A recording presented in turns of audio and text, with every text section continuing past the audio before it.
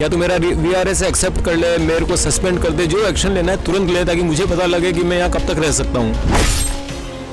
इस साल की 31 तो जिंदगी की एक नई 31 होगी और नया साल का जश्न तो किसानों के साथ ही मनाएंगे। राजस्थान सरकार की तरफ से मुझे सस्पेंड किया जाता है या कोई ऐसी घटना होती है तो ऐसा लग रहा है कि हम सबसे ज़्यादा सुरक्षित जगह, दुनिया की सबसे ज़्यादा सुरक्षित जगह पे पहुंच चुके हैं, जहाँ दोनों पीछे दोनों तरफ मेरे लाखों लोग हैं मेरे को बचाने के लिए।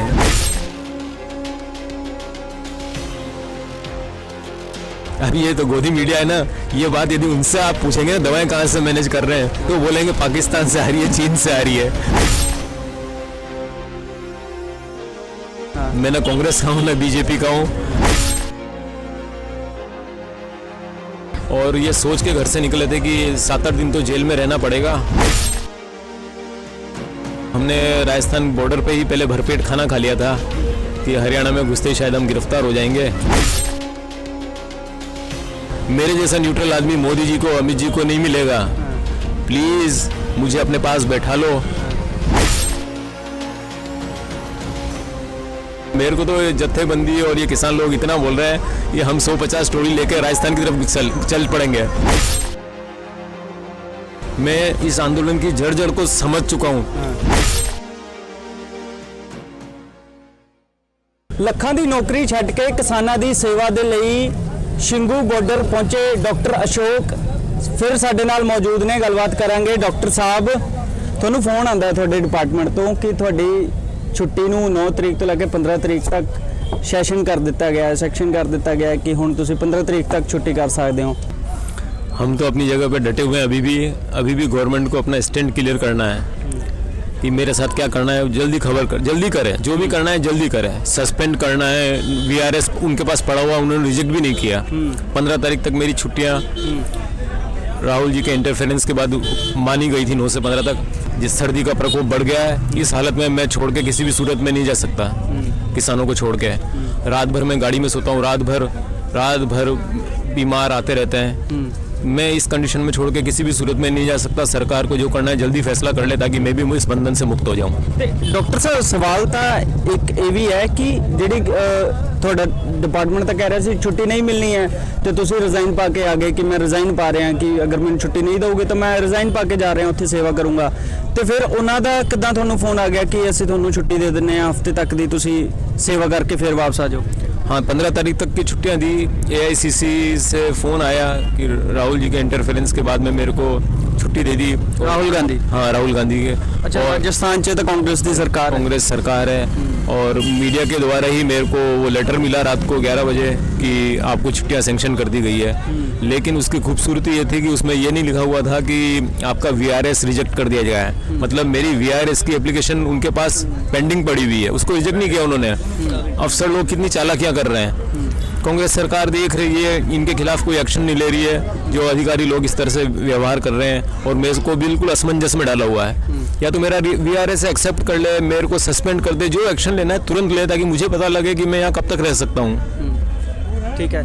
तो ਤੁਹਾਡਾ ਕੀ ਕਹਿਣਾ ਹੈ ਕਿ ਤੁਸੀਂ ਹੁਣ ਜਦੋਂ ਤੱਕ ਇਹ ਮੋਰਚਾ ਚੱਲੇਗਾ, ਚਾਹੇ ਜਿੰਨਾ ਵੀ ਲੰਬਾ, ਕਿਉਂਕਿ ਮੋਰਚਾ ਇਦਾਂ ਹੀ ਲੱਗ ਰਿਹਾ ਕਿ ਮੋਰਚਾ ਲੰਬਾ ਚੱਲ ਸਕਦਾ ਹੈ, ਤੇ ਤੁਹਾਡਾ ਕਹਿਣਾ ਹੈ कि जितना भी लंबा मोर्चा चले मैं इत्थे डटे रहूंगा? देखो, मैं अभी पूरा कुछ नहीं कह सकता। वहाँ की क्या घटना हो, राजस्थान सरकार मेरे साथ क्या व्यवहार करे, मेरे को जाना पड़े नहीं जाना पड़े, लेकिन इतना तो पक्का है 31 तो इनके साथ ही मनाएंगे। इस साल की 31 तो जिंदगी की एक नई 31 होगी और नया साल का जश्न तो किसानों के साथ ही मनाएंगे। ये तो हमसे सोच रखा है।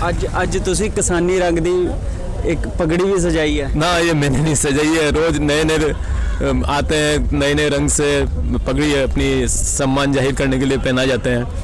किसान लोग ही पहना रहे हैं। हाँ।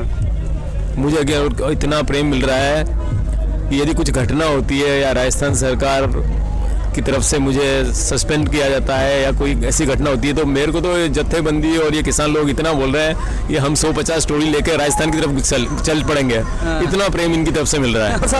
साहब, सवाल एक ये भी है कि ਜਦੋਂ ਤੁਸੀਂ ਨੌਕਰੀ ਛੱਡ ਕੇ, ਨੌਕਰੀ ਨੂੰ ਰਿਜ਼ਾਈਨ ਦੇ ਕੇ ਇੱਥੇ ਸੇਵਾ ਲਈ ਆ ਰਹੇ ਸੀਗੇ ਮੈਡੀਕਲ, ਕਿਉਂਕਿ ਮੈਡੀਸਿਨ ਤੁਹਾਡੇ ਕੋਲ ਸੀਗੀਆਂ, ਤੇ ਦਿਮਾਗ 'ਚ ਕੀ ਕੁਝ ਚੱਲ ਰਿਹਾ ਸੀਗਾ? नहीं, दिमाग में तो यही चल रहा था। हमारे साथ एक वॉलंटियर था जो हमने उसको बोला था कि मेडिसिन भी अपने साथ में इतनी सारी है, और ये सोच के घर से निकले थे कि 7-8 दिन तो जेल में रहना पड़ेगा, उसके बाद हम छूटेंगे। तो हमने राजस्थान बॉर्डर पे ही पहले भरपेट खाना खा लिया था कि हरियाणा में घुसते ही शायद हम गिरफ्तार हो जाएंगे, किसी भी एक्ट में हमें गिरफ्तार कर लिया जाएगा। और चेकिंग भी चल रही थी, लेकिन हम ऊपर वाले की मेहरबानी से हम बच गए। और जब फिर किसानों की ट्रॉलियां और झंडे नजर आने लगे तो फिर विश्वास पूरा बढ़ गया।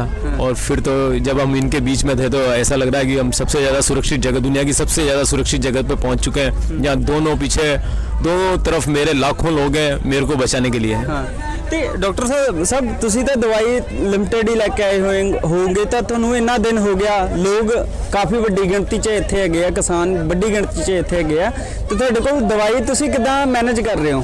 देखिए, अब ये तो गोदी मीडिया है ना, ये बात यदि उनसे आप पूछेंगे ना दवाएं कहाँ से मैनेज कर रहे हैं, तो बोलेंगे पाकिस्तान से आ रही है, चीन से आ रही है।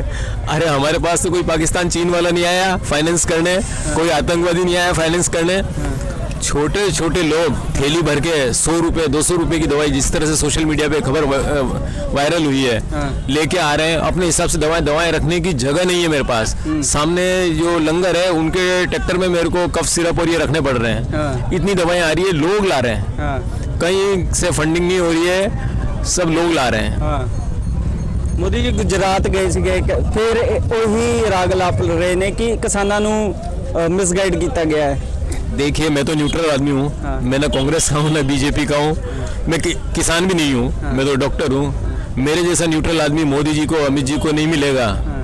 प्लीज़ मुझे अपने पास बैठा लो, मैं समझाऊंगा इस आंदोलन की जड़ क्या है, क्योंकि मैं इनके साथ रह रहा हूँ, सो रहा हूँ, देख रहा हूँ। ये जहाँ टॉयलेट करने जाते हैं वहीं मैं जाता हूँ, मैं वैसे ही नहाता हूँ, मैं वैसे ही पहन रहा हूँ, मैं इनके साथ ज़मीन पे बैठता हूँ, इनके साथ आग तापता हूँ।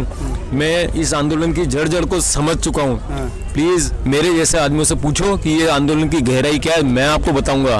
इस आंदोलन की सफलता के पीछे बात क्या होगा, और इस आंदोलन में यदि असफल होता है तो उसके क्या दुष्परिणाम होंगे, ये मैं आपको बताऊंगा। मैं न्यूट्रल आदमी हूँ। ऐसे जनों से आप पूछो, इनके आपके जो अफसरशाही है इनकी राय से मत चलो, आपकी इंटेलिजेंसी है उसकी राय से मत चलो। ऐसे न्यूट्रल आदमियों से पूछो कि वास्तव में वहाँ सिंगू बॉर्डर पे या किसान के मन में क्या है। ਬਿਲਕੁਲ, ਬਹੁਤ ਬਹੁਤ ਧੰਨਵਾਦ ਗੱਲਬਾਤ ਕਰਨ ਲਈ। ਸੋ ਇਹ ਡਾਕਟਰ ਅਸ਼ੋਕ ਨੇ ਪਿਛਲੇ ਕਈ ਦਿਨਾਂ ਤੋਂ ਇੱਥੇ ਕਿਸਾਨਾਂ ਦੇ ਵਿੱਚ ਪਹੁੰਚੇ ਹੋਏ ਨੇ। ਰਾਜਸਥਾਨ ਦੇ ਵਿੱਚ ਇਹ ਜੌਬ ਕਰ ਰਹੇ ਸੀਗੇ, ਡਾਕਟਰ ਸਰਕਾਰੀ ਨੌਕਰੀ ਸੀ, ਲੱਖਾਂ ਦੀ ਨੌਕਰੀ ਛੱਡ ਕੇ ਕਿਸਾਨਾਂ ਦੇ ਵਿੱਚ ਪਹੁੰਚੇ ਸੀ। ਕਹਿ ਰਹੇ ਸੀਗੇ ਸੇਵਾ ਕਰਨੀ ਹੈ, ਹੁਣ ਸੇਵਾ ਕਰ ਰਹੇ ਨੇ, ਤੇ ਡਿਪਾਰਟਮੈਂਟ ਵੱਲੋਂ ਇਹਨਾਂ